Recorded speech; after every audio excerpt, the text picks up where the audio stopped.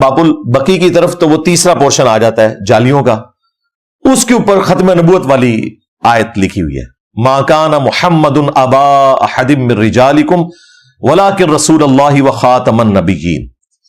اور میرے خیال ہے اس سے بیسٹ کوئی آیت نہیں تھی جو وہاں پہ لکھی جاتی تاکہ ختم نبوت کا عقیدہ بھی امت کو صحیح طریقے سے ٹرانسفر ہوتا کہ صرف نبی الاسلام کو پیغمبر ماننا کافی نہیں ہے، جب تک آپ خاتم النبیین کا عقیدہ نہیں رکھیں گے، یعنی کہ چشتی رسول اللہ، تھانوی رسول اللہ، شبلی رسول اللہ یا غلام احمد قادیانی دجال کا انکار نہیں کریں گے، اس وقت تک آپ اسلام میں داخل نہیں ہو سکتے. سیدھی سی بات ہے. پھر باب البقی سے باہر نکل جاتے ہیں. یہ میں نے آپ کو روزہ شریف کا پورا ایک آئیڈیا بتا دیا کیا ہے. اب وہ جو جالی ہیں نا، انہی کی سید میں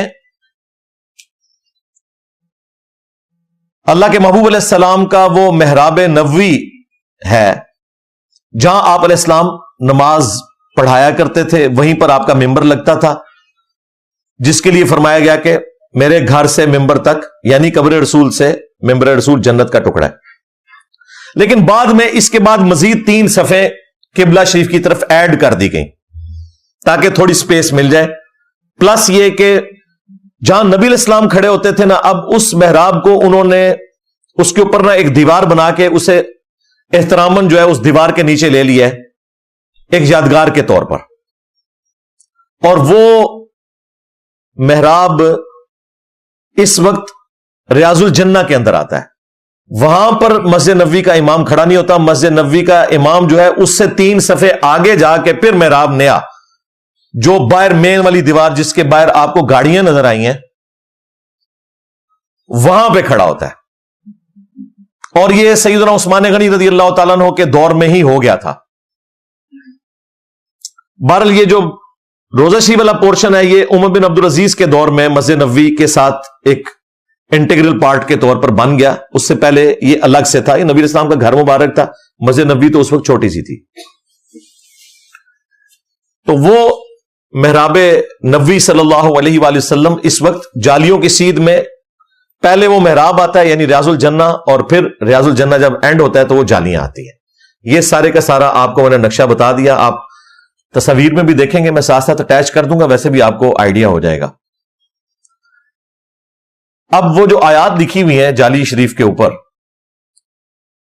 ان کے شان نزول کے حوالے سے صحیح بخاری میں ایک حدیث موجود ہے.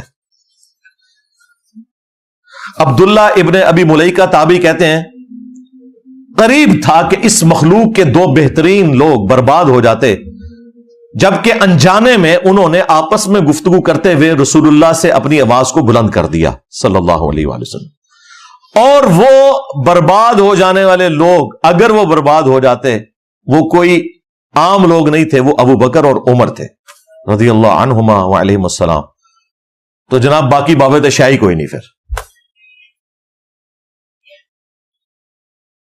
پھر انہوں نے وہ آگے بیان کیا کہ ایک قبیلہ مسلمان ہوا. نبی علیہ السلام کی یہ مبارک عادت تھی کہ جب بھی کوئی قبیلہ مسلمان ہوتا تھا تو ایک فوکل پرسن مقرر کرتے تھے کہ اس کو میسج دیا جائے، وہ اپنے قبیلے تک پہنچا دے.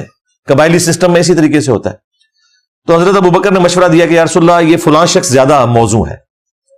حضرت عمر نے کہا کہ یہ شخص موزوں نہیں ہے، آپ فلاں شخص کو فوکل پرسن اس قبیلے کا مقرر کریں. بس اس میں ان کی آپس میں تلخ کلامی ہوئی. حضرت ابو بکر نے کہا کہ عمر تم ہمیشہ میرے مشورے کے خلاف ہی مشورہ دیتے ہو. تو اس میں ان کا آپس میں ایک بشری تقاضے کے تحت تلخی والا معاملہ ہوا. آپس میں انہوں نے اس طرح کی گفتگو کی. نبی علیہ السلام کے ساتھ تو سوچ بھی نہیں سکتا تھا کوئی اس طریقے سے گفتگو کرنا، وہ تو توبہ کی توفیق بھی نہیں ملنی تھی. تو وہاں پر پھر یہ آیات نازل ہوئی، یا ایھا الذین آمنوا لا ترفعوا اصواتکم فوق صوت النبی، اے ایمان والو اپنی آوازوں کو رسول اللہ کی آواز سے بلند نہ کرو اور ان کے حضور آپس میں اس طریقے سے گفتگو نہ کرو جس طرح عام حالت میں تم کر رہے ہوتے ہو، کہیں ایسا نہ ہو کہ تمہارے اعمال برباد کر دیے جائیں اور تمہیں خبر بھی نہ ہو. یعنی یہ غور کرنے کی چیز ہے کہ نبی علیہ السلام کے ساتھ انہوں نے کوئی بدتمیزی نہیں کی، لیکن آپ کے حضور بھی بیٹھ کے آپس میں کوئی اس طرح کی گفتگو کرنا یہ بھی رسول اللہ کی گستاخی ہے صلی اللہ علیہ وآلہ وسلم. بخاری کے الفاظ ہیں کہ جب یہ آیات نازل ہوئیں تو حضرت عمر اتنی آہستہ گفتگو کرتے تھے، اتنے ڈر گئے کہ نبی علیہ السلام کو آواز ہی نہیں آتی تھی. آپ کہتے تھے عمر اونچا بولو، مجھے آواز نہیں آ رہی. یہ اس حدیث میں الفاظ موجود ہیں. اور اللہ تعالیٰ کو اپنے محبوب صلی اللہ علیہ وآلہ وسلم کے غلاموں کی یہ ادا اتنی پسند آئی کہ اگلی آیات نازل کی جو جالیوں کے پہلے والے پورشن پہ لکھی ہوئی ہیں. ان الذین یغضون اصواتهم عند رسول اللہ، بے شک وہ لوگ جو رسول اللہ کے حضور اپنی آوازوں کو پس رکھتے ہیں، یہی وہ لوگ ہیں جن کے دلوں کو اللہ نے تقوی کے لیے چن لیا ہے، ان کے لیے مغفرت اور اجر عظیم ہے. یعنی یہ گارنٹی مل گئی کہ تقوی کا ایک کرائٹیریا یہ ہے کہ نبی علیہ السلام کی موجودگی میں آپ نے اپنی آواز کو حضور سے اونچا نہیں ہونے دینا. نبی علیہ السلام کی موجودگی میں.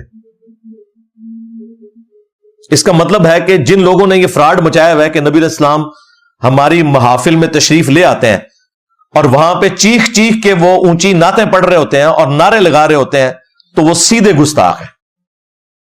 اللہ کے حضور ان کی توبہ بھی قبول نہیں ہونی. یہی مطلب ہے نا اس کا. جن کو یہ گستاخ کہتے ہیں نا سعودیوں کو، ان کے ادب کا لیول یہ ہے کہ جو لوگ وہاں کھڑے ہوتے ہیں نا وہ اشاروں سے گفتگو کر کے چپ کرواتے ہیں.